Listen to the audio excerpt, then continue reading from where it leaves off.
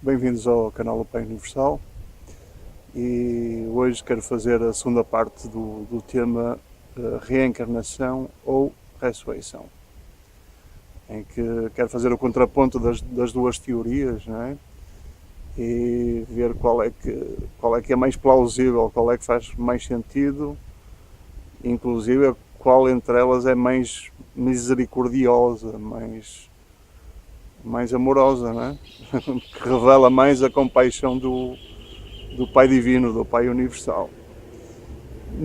Na primeira parte eu fui mais sobre a questão dos fundamentos teóricos.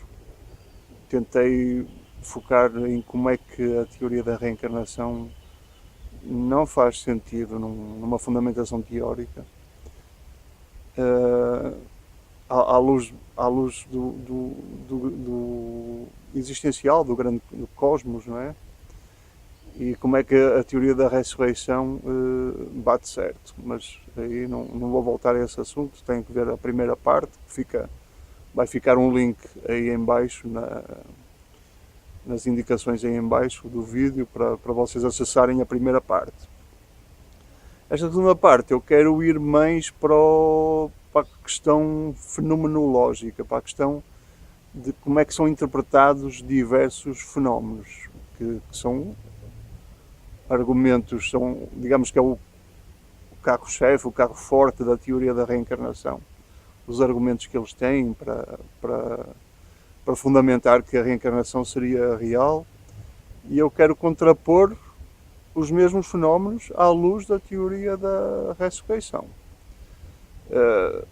Porque assim, enquanto houver fenómenos que podem ser vistos de uma outra forma, não podemos dar primazia absoluta à reencarnação como a única explicação possível para esses fenómenos. Não é? Esses fenómenos quais são? Um bem nítido, que chama muito a atenção das pessoas, é a capacidade inata com que certas crianças aparecem na vida. Não é? Aos 3, 4 anos de idade estão a tocar sonatas de Mozart e Beethoven, estão a tocar piano de uma forma inimaginável e absolutamente incompreensível. Como é que é possível uma criança estar a fazer aquilo, não é? E em todas as áreas. A questão da música, de dominar um instrumento, é daquelas que saltam mais à vista, mas em todas as áreas há esses fenómenos, esses génios infantis, não é? Crianças como génios. Não é? Outra situação é também algo que acontece com relativa frequência, que são supostas memórias de vidas passadas. Não é? Então, essas duas coisas eu vou mostrar como é que elas podem ser explicadas segundo a teoria da ressurreição. Por exemplo, a questão das aptidões inatas, de se ser um gênio em qualquer coisa, ainda é uma criança e já um gênio a tocar um instrumento ou o que seja. A teoria da ressurreição traz também uma explicação para isso. Primeiro nós temos que entender como é que se compõe o ser, como é que se compõe uma criatura humana, como é que ela é composta. E aqui é que já começam a haver diferenças, com a teoria reencarnacionista mais comum, a kardeciana, do espiritismo. Não é? O ser humano, a criatura humana, compõe-se de um eixo essencial que é a personalidade. Essa personalidade, segundo a teoria da ressurreição, essa personalidade será sempre a mesma pela eternidade inteira. Enquanto que na teoria da reencarnação é dito que a alma, o espírito, é sempre o mesmo e que a personalidade vai mudando de acordo com cada vida. Cada vida tem a sua própria personalidade. É como se a alma e o espírito fossem viajando de vida em vida com personalidades diferentes. A teoria da ressurreição diz uma coisa com um paradigma totalmente diferente. Diz que a personalidade é sempre a mesma. Ela foi criada, ela é pessoa. E essa pessoa será sempre a mesma. Eu serei sempre a mesma pessoa. Qualquer pessoa que me conhece agora e que avance pela eternidade, e eu também avance pela eternidade, e que nós nos reencontremos daqui a 10 bilhões de anos. Eu encontro o meu amigo Paulo daqui a 10 bilhões de anos. Daqui a 10 bilhões de anos, e já não como criaturas de carne e osso, não é? Mas como criaturas celestiais, não é? Vamos nos encontrar e vamos nos reconhecer, porque vamos ser a mesma pessoa. Não é pela morfologia física que nos vamos reconhecer, não é pela voz, pelo olhar que nos vamos reconhecer. Não, é algo automático. É um reconhecimento automático entre pessoas. Por exemplo, é interessante ver o exemplo de Jesus, que quando ele, após a ressurreição de Jesus, quando ele aparece às mulheres e aos seus apóstolos, é muito interessante ver que eles nunca o reconheciam quando olhavam para ele, porque ele estava diferente. Tinha um corpo diferente. Não era um corpo físico, ok, não, o paradigma tradicional, católico, etc., não está correto, não era um corpo físico, era um corpo chamado um corpo glorioso, que até, se não me engano, a própria Bíblia usa esse termo, não tenho a certeza, ok? Tenho uma vaga ideia de que a Bíblia usa o termo corpo glorioso. Esse corpo glorioso é feito de uma massa diferente, que não é a matéria física, é outro tipo de matéria, mas numa dimensão acima. O que era proporcionado às pessoas era a capacidade de verem aquele corpo. Há um tipo de entidade angélica celestial, que são chamados os controladores físicos, que eles conseguem chegar aos centros ópticos, centros nervosos e ópticos das pessoas, e acionar de tal maneira o nosso mecanismo óptico nervoso, para captarmos as coisas em outra dimensão. Então era isso que acontecia. Os anjos controladores físicos chegavam junto dos apóstolos, dos seguidores de Jesus, e acionavam esses centros ópticos e permitiam que as pessoas conseguissem ver Jesus no seu corpo glorioso, que não seria o corpo final de Jesus, ok? Aquele era só o primeiro corpo, num estágio inicial, logo após a ressurreição. E durante algum tempo Jesus conseguia fazer-se visível dessa maneira, conseguia comunicar com as pessoas dessa maneira. Comunicou-se com milhares de pessoas. Num dos últimos, ele voltou a manifestar-se durante 19 vezes, após a morte dele. E em algumas delas foi visto por mais de 500 pessoas, antes de finalmente ascender. Quando ele finalmente ascendeu aos céus, nesse processo, esse corpo já foi alterado, já foi processado para ele se munir de um outro corpo de alma, digamos assim, para se manifestar em níveis acima, né? Mas voltando atrás ao fio da meada, a questão das aptidões naturais. Então, essa constituição da criatura humana, ela é personalidade, essencialmente. E em algum ponto da sua vida, é dito que é pouco antes dos 6 anos de idade, a criança recebe um espírito que os reveladores do livro de Urântia chamam de ajustador do pensamento.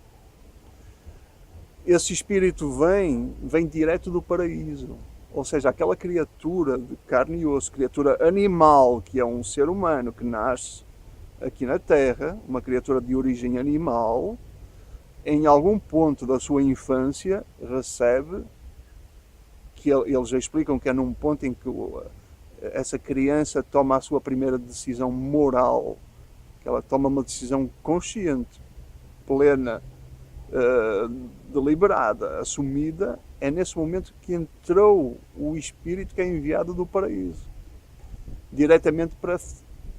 E aí esse espírito instala-se junto à mente da criatura humana E começa, é esse espírito, o artífice, é ele que começa a tecer a alma dentro da pessoa humana, junto à mente humana. E é como se a mente fosse o receptáculo, fosse o tiar que esse espírito artesão começa a usar para tecer a alma dentro da pessoa. E ele tece essa alma a cada decisão moral, a cada decisão espiritual que a pessoa toma. A alma da pessoa vai crescendo conforme ela vai seguindo, como é que é dizer, vai seguindo o bem, não é? Vai tomar boas decisões, boas escolhas, vai incorporando em si os grandes valores universais, os valores divinos, vai penetrando nesse campo, se apropriando disso pelas suas próprias decisões, pelo seu próprio livre-arbítrio, e aí ela dá a pessoa humana, essa criatura humana, dá matéria-prima, digamos assim, para que o espírito dentro da pessoa possa tecer a alma e fazer crescer essa alma, para desejavelmente chegar ao fim da vida e haver algo que possa ser ressuscitado.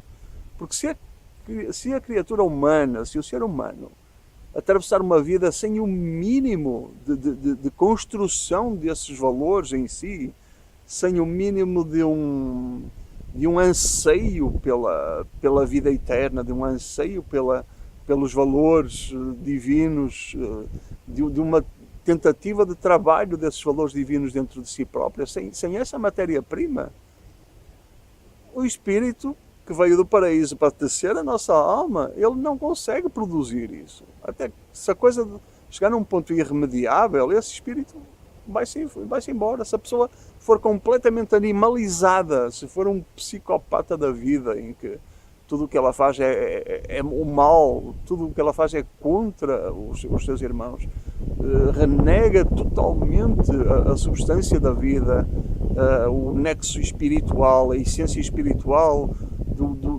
do sentido de existir. Se a pessoa ficar numa negação total e absoluta de tudo isso, ela não se torna uma realidade no cosmos. Porque o cosmos é feito de tudo isso, de todas essas coisas divinas. Se ela permanece um animal, o que é que pode ser ressuscitado? Nada pode ser ressuscitado se aquela criatura humana permanecer um animal toda a sua vida. Até ao fim da vida ela tem uma esperança, tem uma decisão, pode tomar uma decisão que acende minimamente a sua fagulha, a sua chamazinha de fé, e aí haver qualquer coisa que o espírito dentro dela consiga agarrar e recuperar e fazer um germen de alma ali que possa ser ressuscitado e que possa ter um potencial de vida eterna. Sem isso, nada feito. Bom, o que é que isso implica? Implica o que é que nós já estamos a ver aqui. Estamos a ver um eixo central, que é a personalidade humana, que será eterna se a pessoa escolher ser eterna, ok? Que é, fazendo aqui uma parte importante, que é muito interessante, que a teoria reencarnacionista, a kardeciana pelo menos, ela coloca como uma inevitabilidade de que as pessoas serão eternas, de que elas viverão sempre, não é? E que quando estão digamos assim, em alguma situação de queda ou decadente, etc., as oportunidades são renovadas para ela dar uma virada e para, em uma outra vida, etc., voltar a ascender. Depois de algum período de queda, de degradação espiritual, ela voltará a ascender. E, digamos que ela está condenada, entre aspas, condenada a se tornar pura e perfeita. O paradigma da ressurreição fala de uma coisa totalmente diferente. O paradigma da ressurreição dá o livre-arbítrio pleno à criatura, em que ela é que tem que decidir o que ela quer. Inclusive, ela tem direito a não ser eterna. Isto, quando eu tomei contato com isto pela primeira vez, para mim foi um choque muito grande. Tipo assim, meu Deus, como assim? Foi meio assustador, não é? Pensar que alguém poderia não ser eterno, não é? Algum momento ser eliminado da vida, não é? Mas depois, ponderando na situação, realmente essa é a situação mais justa. Porque senão eu sou um escravo da minha própria. É, não tenho nada a dizer sobre o assunto. Estou condenado a ser perfeito. E se eu não quiser ser perfeito, se eu não quiser caminhar pela eternidade, se eu quiser que a minha vida eterna ou potencialmente eterna seja interrompida em algum ponto? E se eu quiser isso? Porque isso acontece, meus queridos. Há gente que chega nesse ponto. Tanto aqui na Terra, como mesmo a caminho do paraíso. Há gente que chega nesse ponto de dizer, não quero mais, não estou cheio, estou cansado, não quero, não quero viver. Acabou. Quero. Quando, claro que a criatura tem que chegar numa absoluta consciência de que não quer, não é ao mínimo capricho dizer que está por amoada ou chateada ou aborrecida com o que for e decide suicidar-se cosmicamente. Não, não é assim. É uma coisa plenamente consciente de que não quer. Não quer, não quer, não quer. E ponto final. Aí Deus dá-lhe essa liberdade. Dá-lhe a liberdade dela escolher, é o livre-arbítrio na sua plenitude absoluta. Deus deixa na mão da criatura se ela quer ou não caminhar pela eternidade. Bom, mas voltando atrás outra vez. Então, essa a questão desse espírito que vem do paraíso e que vem para junto à criatura humana dentro da criatura, começa a tecer a alma. Esse espírito tem assim, é dito que no nosso planeta, o planeta Urântia, o planeta Terra, que todas as pessoas, desde que Jesus veio cá e desde que Jesus entregou o seu espírito da verdade, instalou o circuito espiritual no planeta e no seu universo inteiro que ele governa, o espírito o espírito da verdade, desde que ele instalou esse circuito, deixou esse circuito aqui após a sua ressurreição e o seu regresso ao trono, onde ele comanda o seu universo, desde essa época, todo e qualquer ajustador, todo e qualquer espírito que venha do paraíso para se incorporar a uma criatura humana durante num momento essencial da infância da criatura, todas as criaturas humanas têm essa possibilidade finalmente de receberem esse espírito. É-lhes automaticamente dada essa concessão, digamos assim, paradisíaca, de terem um espírito ajustador do pensamento junto com cada um de nós. Porque é que eles usam? É muito interessante eles usarem o termo ajustador do pensamento. Porque a base é esta, para explicar esse termo, é que se nós estivéssemos soltos à nossa própria vontade de criatura mortal, animal, na sua origem, nós dificilmente escolheríamos determinadas coisas que são as coisas desejáveis, as coisas boas que farão crescer a nossa alma, as coisas boas que nos proporcionarão a vida eterna. Nós muito naturalmente seríamos mais facilmente arrastados por coisas, por impulsos da animalidade, sem um crivo, sem um filtro, sem uma vozinha, digamos assim, que nos levaria que nos faria uma chamada de atenção, que nos tentaria puxar numa determinada direção, sem invadir o nosso livre-arbítrio, mas como um conselheiro, como algo que está dentro de nós nos inspirando, algo que está dentro de nós fazendo-nos ansiar pelo bem, pelo belo, pelo verdadeiro.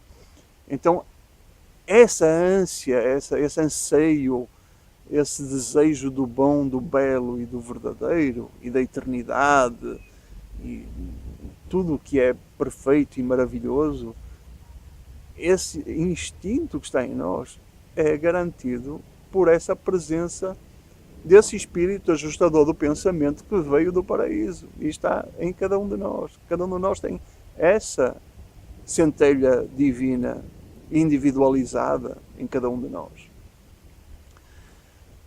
Então, nesse processo, o que é que acontece? É que essa centelha, esse fragmento de Deus, é um fragmento do Pai Universal que está com cada um de nós. Nesse processo, esse fragmento do Pai Universal que está dentro de nós, esse ajustador do pensamento, ele tem toda uma caminhada, e é dito pelos reveladores que qualquer um desses ajustadores que estão neste planeta não são virgens, como eles chamam. O que é que eles querem dizer com isso? Querem dizer que qualquer um desses ajustadores já teve experiências prévias, já tem uma caminhada que teve com outras criaturas humanas em outros planetas, nunca neste planeta, tá? Teve experiências prévias com outros seres humanos que foram seres humanos que desistiram da eternidade, ou que não se graduaram, que permaneceram na animalidade e não houve o fusionamento entre esse espírito que veio do paraíso com a criatura mortal humana. Porque esse é o grande propósito da existência, que esse fusionamento aconteça. Todo e qualquer um de nós que está neste planeta é dito claramente que tem potencial, independentemente da situação, da condição em que vive, tem potencial para se fusionar com esse espírito ajustador do pensamento. E que esse é o grande propósito desse espírito quando ele vem até nós. Esse espírito é, o que eles dizem, é pré-pessoal, é uma pré-personalidade, ele não tem personalidade. Ele é um fragmento divino, é uma centelha divina do próprio Pai Universal, que se fragmenta para penetrar o coração e a mente de cada um das suas criaturas humanas, e que não tem personalidade. Não há uma individualização, digamos assim, pessoal de cada um deles. Todos eles são como se fosse a presença do Pai Divino em nós. E essa presença, esse fragmento dentro de cada um de nós vem tentar se fusionar e se apropriar, digamos assim, desta personalidade com que cada um de nós foi criado. A nossa personalidade também veio do Pai Divino, também, ok? E é única, não é repetível pelo universo inteiro. Não há nenhum Carlos em mais nenhum lugar. Pode haver muitos Carlos, mas nenhum como este. Não há mais nenhum Paulo do que aquele Paulo, mais nenhum Luís do que aquele Luís. Dentro dos trilhões e trilhões e trilhões de criaturas humanas que recebem um espírito desses, não há nenhuma personalidade igual. E o grande propósito desse espírito é se fusionar com essa personalidade que ele veio orientar pela vida. E nesse processo, quando a pessoa, pelo seu livre-arbítrio, ou por ter estado se incapacitado por ter escolhido uma animalidade total durante a vida, ela não tem continuidade na eternidade. Por um lado cabe-lhe esse direito, e por outro lado, se ele foi um animal a vida inteira, não vai entrar na eternidade. Não tem alma sequer, é um desalmado. Então, em função disso, os ajustadores que chegam a nós neste planeta, todos eles já tiveram experiências prévias. Pelo facto de eles terem todas as experiências prévias, de repente podem chegar a uma criança, suponhamos um desses génios que toca aos 4 anos de idade, toca Mozart de uma maneira impressionante. Muito provavelmente essa criança está tendo três vetores de influência sobre ela. Um é a presença de um ajustador já com experiência prévia em outros planetas de vidas passadas em que ela esteve. A criatura humana não teve vidas passadas, tá? A criatura humana só tem esta única vida na carne. É a única vida. Mas o espírito ajustador do pensamento é que se pretende fusionar a esta criatura humana, a essa criança que toca piano maravilhosamente. Esse ajustador muito provavelmente teve experiências no passado com outras criaturas humanas em que em que houve desenvolvimento dessa característica, dessa genialidade musical. Esse é um dos vetores. O outro vetor, o básico, é a própria aptidão natural da criança. Todos nascemos diferentes, meus queridos. É uma grande falácia dizer todos nascem iguais, tá? É muito bonito de ouvir, é muito louvável a intenção de quem está a falar isso, mas é uma falácia total. Todos nascem diferentes. Eu não vou estar aqui a explorar porque é que todos nascem diferentes. Basta ter olhos na cara e ter uma cabeça pensante e ver que todos nascem diferentes. Ninguém nasce igual. Ninguém nasce igual. Nem gêmeos vão ser pessoas iguais. Podem ser iguais na sua genética, mas na sua pessoa, na sua personalidade, eles vão ser diferentes. Porquê? Porque ninguém nasce igual. Então esse grande vetor é essa diversidade absoluta que existe na origem, tá? E nessa eventualidade o que acontece? Nós já temos consciência disso, já há estudos nesse sentido, suficientemente profundos, não é? Que mostram que há uma mente coletiva. E isso também tem a ver com Deus, meus queridos. Tem a ver com o aspecto de Deus, essa mente coletiva. E essa mente coletiva, todas as criaturas estão acessando essa mente coletiva. Desde os bichinhos, desde as formiguinhas, desde os micróbios até aos grandes génios da humanidade, todas as criaturas, e mesmo os anjos, por aí fora, né? Todos estão acessando essa mente coletiva. Todos recebem uma dotação, um percentual de dotação maior ou menor, de acordo com a sua função, o seu potencial, a sua ordem de ser, enfim, uma série de razões. Todos recebem uma dotação da grande mente universal. E nós sabemos que um dos aspectos dessa mente universal, nós aqui no planeta já sabemos que há um inconsciente coletivo. Há um repositório mental que atravessa a humanidade inteira e que é o resultado de milhões e milhões de anos, desde que o homem é homem e antes disso ainda, desde que o homem era animal. Essa dotação, como todos nós nascemos temos uma genética diferente, também o acesso ao percentual dessa dotação é diferente de indivíduo para indivíduo.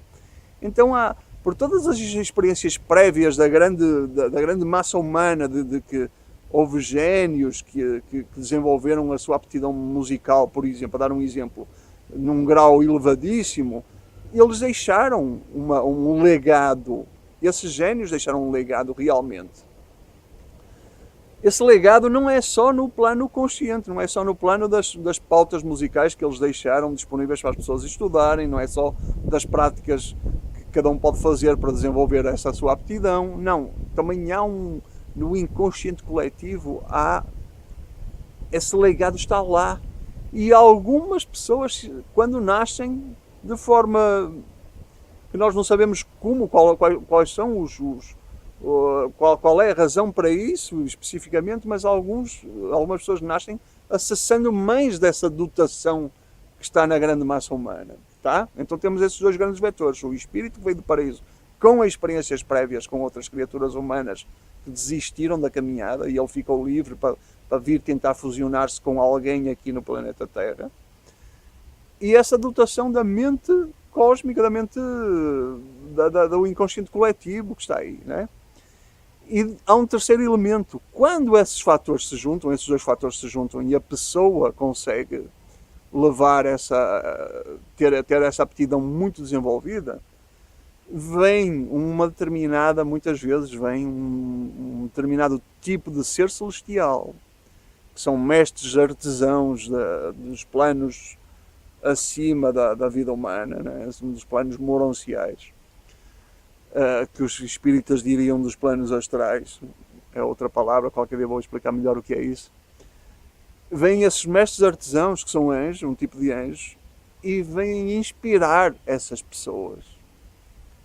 porque essas dotações são muito importantes, não é? É uma grande dádiva para a humanidade.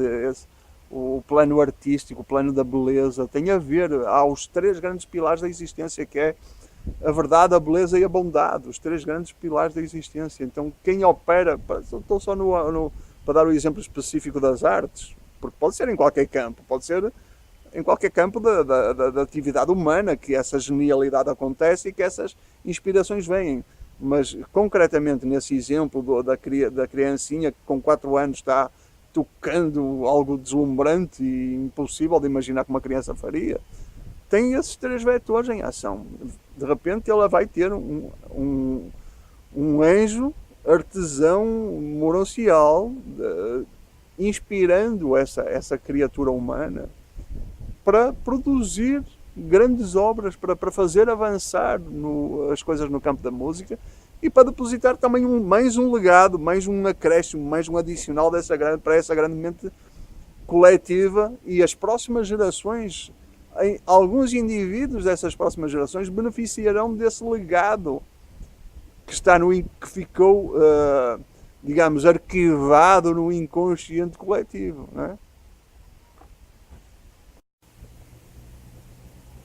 As memórias de vidas passadas, supostas memórias de vidas passadas, prendem-se com o mesmo fator, com esse fator, exatamente os mesmos fatores, tá? Do inconsciente coletivo, de acessar informação que ficou lá no passado, e de repente o indivíduo pensa que é dele a memória, e não é dele. Ele, por alguma razão, por uma afinidade mental, seja pelo que for, ele acessou aquela informação e apropriou-se dela. Pensa que, bom, fui eu que vivi isto numa vida passada. E não é. A mesma coisa com a influência do ajustador que veio do paraíso e teve experiências prévias em outros... Mas uma pessoa poderia pôr a objeção, mas ele não teve experiências prévias em outros planetas com outras humanidades, então como é que o cara se está lembrando que foi Napoleão? Não sei o quê. Gente, é o mesmo princípio.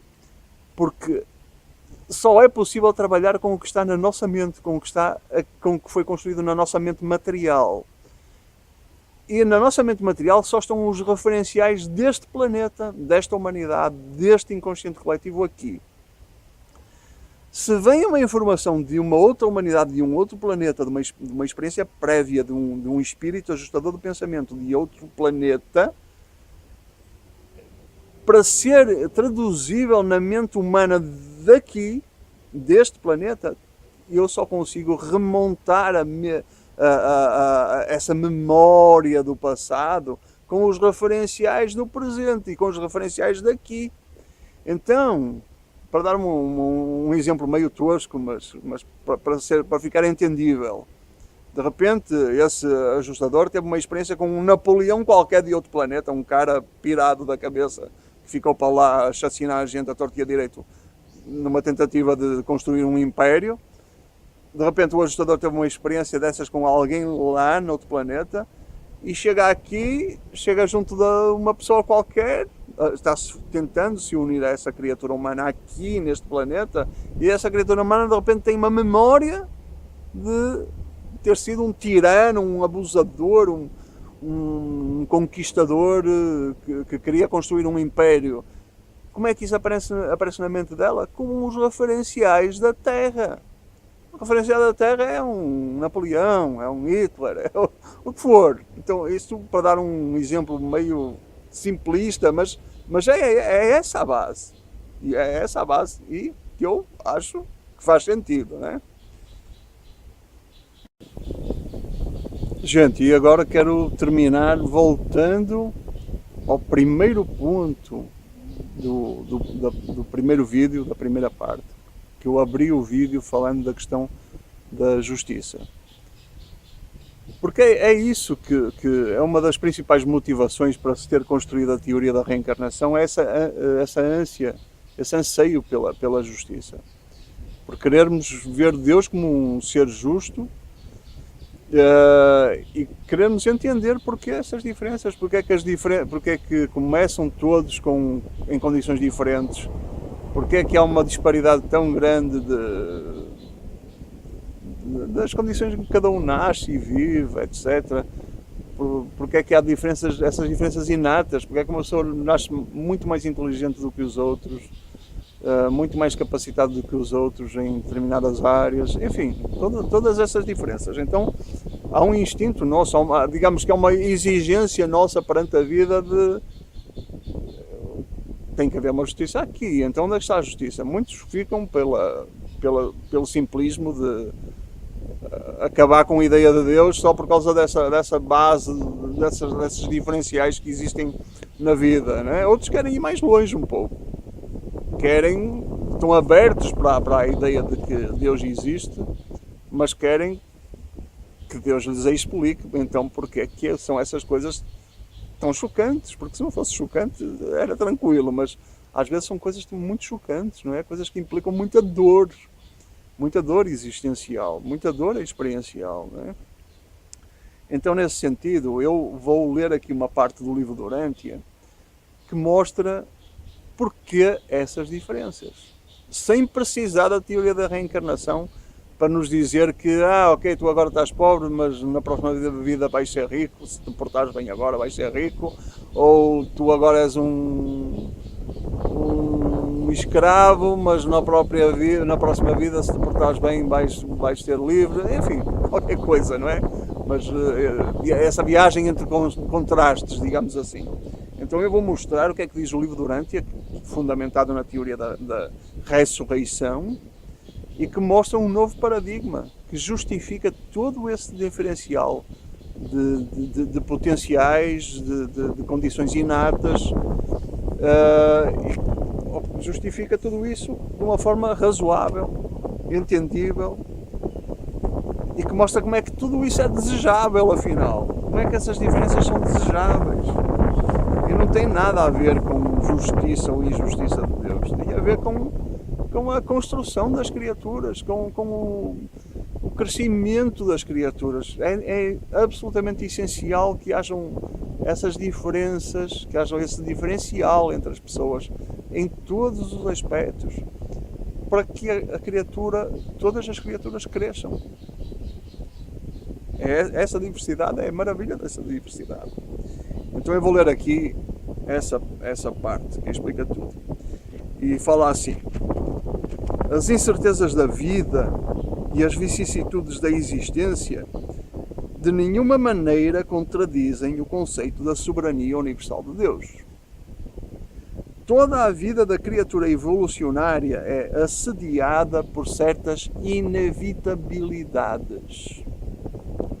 Vamos lá ver quais são essas inevitabilidades. Quando aparecemos aqui nesta vida, o que é inevitável confrontarmos nesta vida? O livro continua: considerai o seguinte.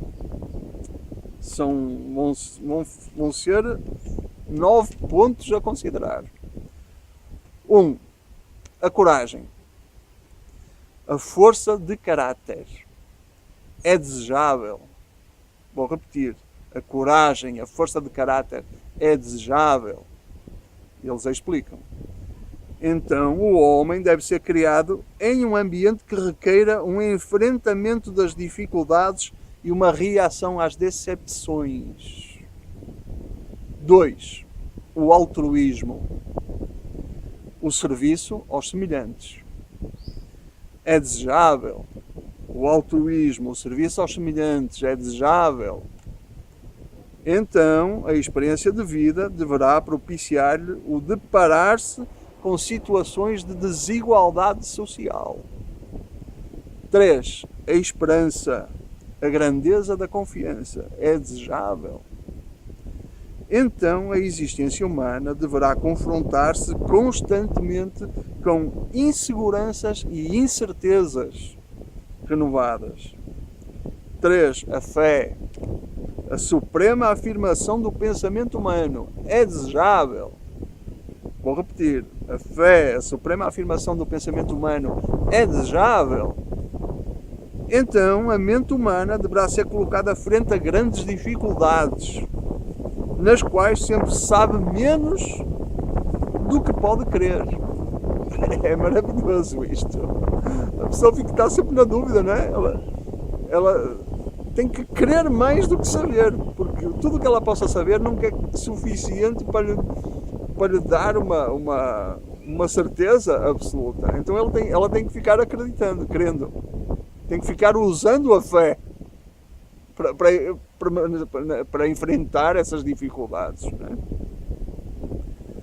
5. O amor à verdade e a disposição de ir até onde quer que esse amor conduza são desejáveis.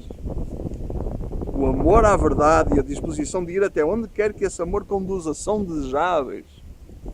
Então é bom que o homem cresça em um mundo no qual o erro, que é o contrário da verdade, o erro esteja presente e a falsidade seja sempre possível.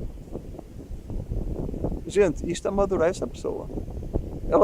Todos os dias ela sabe que tem erro à sua disposição e falsidade aos pontapés, não é?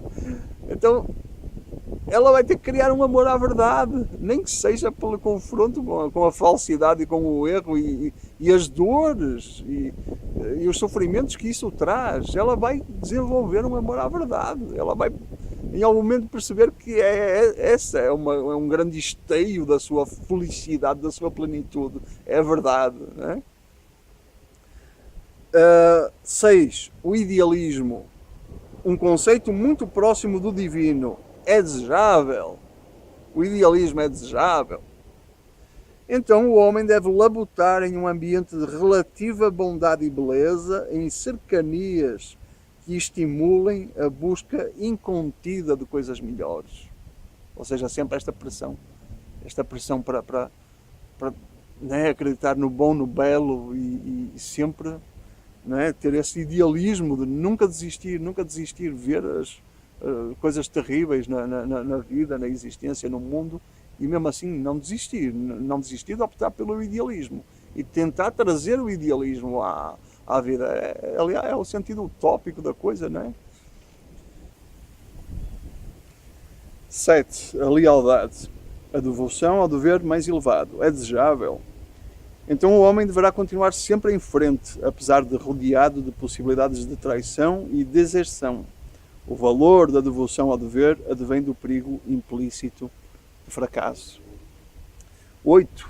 O desapego, o espírito do autoesquecimento é desejável. Então o ideal é o homem mortal viver frente a frente com o incessante clamor de um ego inescapável, que exige reconhecimento e honras. O homem não poderia escolher a vida divina de um modo dinâmico se não existisse uma vida do ego à qual renunciar. O homem não poderia nunca se aferrar à salvação na retidão se não houvesse nenhum mal em potencial exaltando e diferenciando o bem por contraste. É esta ideia, o contraste. Isto é a dinâmica que o contraste envolve, leva a que nós façamos opções, a que tomemos escolhas. Né? Façamos escolhas. E quando são boas escolhas, é aquilo que eu falei. Quando nós fazemos as boas escolhas, o espírito ajustador do pensamento em nós consegue tecer mais um pouco a nossa alma, fazer crescer mais um pouco a nossa alma. 9, e a última, 9. O prazer, a satisfação da felicidade é desejável. Esta é um dos maiores anseios do ser humano, é ser feliz, não é? Então, o prazer nesse sentido, não é o prazer, é o prazer da felicidade, não é? O prazer, a satisfação da felicidade é desejável. Então o homem deverá viver em um mundo no qual a alternativa da dor e a probabilidade do sofrimento sejam possibilidades experimentáveis sempre presentes. Então são estas algumas das inevitabilidades que nos levam na direção do que é desejável. É por isso que há essas diferenças todas que são injustiças, ok. Muitas delas estão